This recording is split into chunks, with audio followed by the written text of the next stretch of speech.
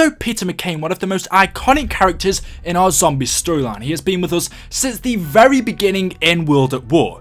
NUMA, we thought that he was the hanging man. But now in the opening cutscene for Gorod Krovi, strangely we see Peter falling from the sky down to Stalingrad. But this now brings up a ton more questions, not only as to why is Peter in Stalingrad, but who was the hanging man that we've had all this time over in NUMA. Today in this video I'm going to try my best to explain what's really going on. Leave a like if you enjoyed these type of videos, but anyway, without further ado, let's get straight into it. So about a month ago I did a full video explaining the backstory of Peter Mccain, but now in Gorod Krovi, what we've seen in the trailer changes things up an awful lot. Here we see him falling from the sky out of what seems to be a portal, along with our other four characters, Richtof and Nikolai, Takio and Dempsey, and he is falling down to the city of Stalingrad. We can't exactly tell from the intro whether Peter's dead, or whether he's just in shock and has been, I guess you could say, stunned from him actually falling from the sky, so I can't necessarily assume that Peter is dead straight away. We never see his face. Looking at his body, he doesn't seem to have any injuries, so it could just be that he's been knocked out from the shock of falling. But nevertheless, we see him fall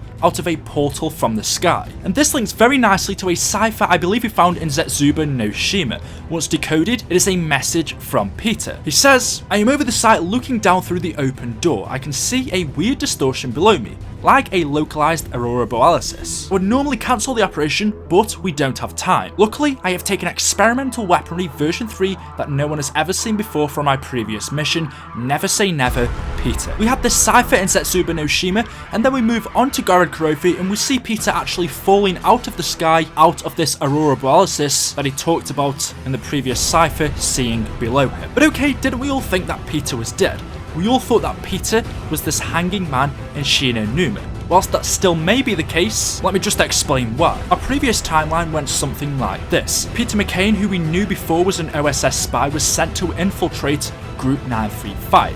He was originally sent there to work undercover as a research assistant somewhere in Munich, but he was later on transferred by Group 935 to Verrucht, another one of their controlled facilities. Now, whilst at his time at Verrucht, Peter's handler thought that his mission had been compromised and so sent in a marine recon team, which was actually led by Tank Dempsey. Tank Dempsey and the crew were sent to Verrucht to rescue Peter, but when they got there, Peter had already gone. Peter was missing, and so that left the Marines that went there to rescue him trapped, and as for 3 of them died, and as we know, Tank Dempsey went on to live, but was captured later by Richtofen. But what happened to Peter after he escaped Verrucht? And this cipher tells us exactly what happened to him straight after, or at least the beginning of the cipher does. He says he is looking over the site, down through the open door. Back when Division 9 were in control of NUMA, every other week they would have planes fly over the site to drop care packages and just equipment for them to survive at the facility. From the cipher we can learn that Peter was in one of those planes that would fly weekly over NUMA. He says he is looking over the site, looking over NUMA,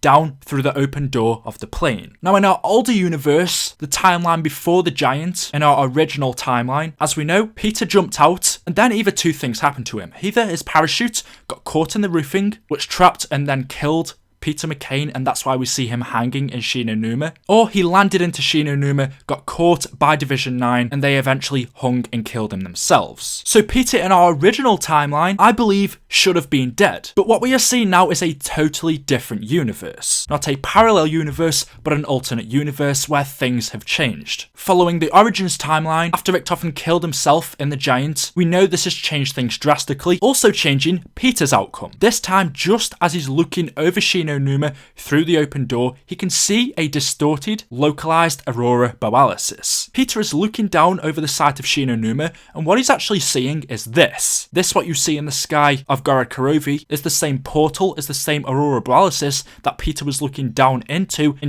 NUMA. He was above this. For some reason, this aurora borealis was in NUMA, and as he says, where he would normally cancel his mission, he doesn't have time, and so instead, Peter just said, you know what? Fuck this, jumped down into NUMA and landed straight into the portal. He went straight into the aurora borealis. Now, we don't exactly know what this is. We don't know what this aurora borealis is capable of, but it seems Peter gets sucked up into this portal in NUMA and has now been spat out of the portal along with our other 4 characters in Gorod Krovi, hence why we see him falling out of the sky. He also says in his cipher, luckily he took experimental weaponry version 3 that no one has ever seen before from his previous mission, Hence why we are going to be seeing it in Gorod Krovi is because Peter has brought it along with him from his previous mission. Honestly, I do hope Peter's alive because I want to see the relationship that both Tank Dempsey and Peter have. Whilst we don't know if they knew each other directly, we do know Tank Dempsey was originally sent in, or his original 01 version was sent in to rescue him. So I think it would be cool to see if we have any links between the two characters. But from my understanding of this, it doesn't seem like Peter would have died. So it's possible, like I said, when he comes out the portal, he's not necessarily dead, but he may be in shock. Or maybe he is dead, we don't know. But it's all very interesting. So the original Hanging Man may very well have been Peter. This may be just another universe. This is another timeline. And in this alternate universe, Peter's alive, something different happened to him, and this time he ends up in Stalingrad. Or maybe the Hanging Man never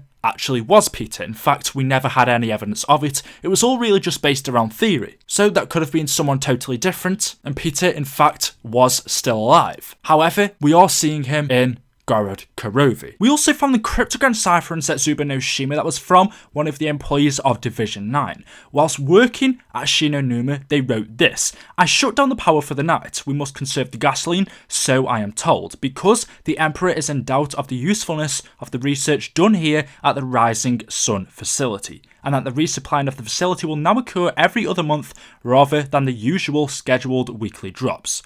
Hopefully, the new meteor site, which is Pompeii, produces higher grade samples, ones we can actually use. Wait, is that a plane I hear? The resupplies are not scheduled for another week. I see a bright light in the sky," which we can now assume the bright light that this employee of Division 9 was seeing in the sky over NUMA was the same aurora borealis, the same portal that Peter was seeing when he was looking down into NUMA. So, if you haven't already dropped me a like rating, if you're as excited as I am, then smash that like button. I know it can be difficult to understand, but hopefully I've explained it well enough as to where you get it. If not, then bear with me. I'll give you a quick 1-minute explanation right now. Ready? Okay, here we go. So from the very beginning, Peter was sent by his handler to infiltrate Group 935 at Derice. He was working there as a research assistant. For some reason, he was then transferred over to the Rukt, another Group 935 control facility. Peter's handler thought because he had been transferred that Peter had been suspected, his identity had been compromised, and so Peter's handler, Cornelius Perlum, sent in a Marine recon team which was led by Tank Dempsey to actually rescue him.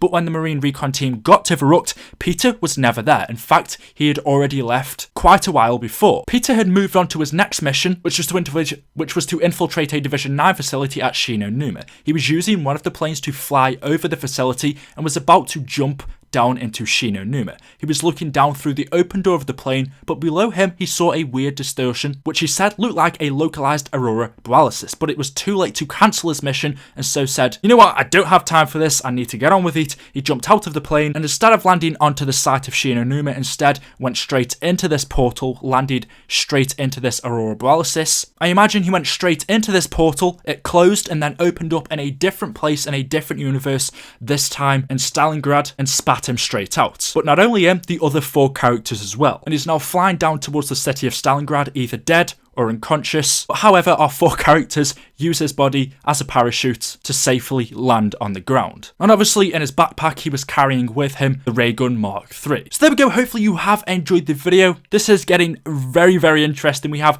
not long to go now. I am going to be live streaming tomorrow as well, so make sure you are staying tuned on my channel. If you want me to do that, let me know in the comments section below. Thank you for watching, guys. Leave a like rating, hit that subscribe button, and I'll see you all in the next video. Thank you and goodbye.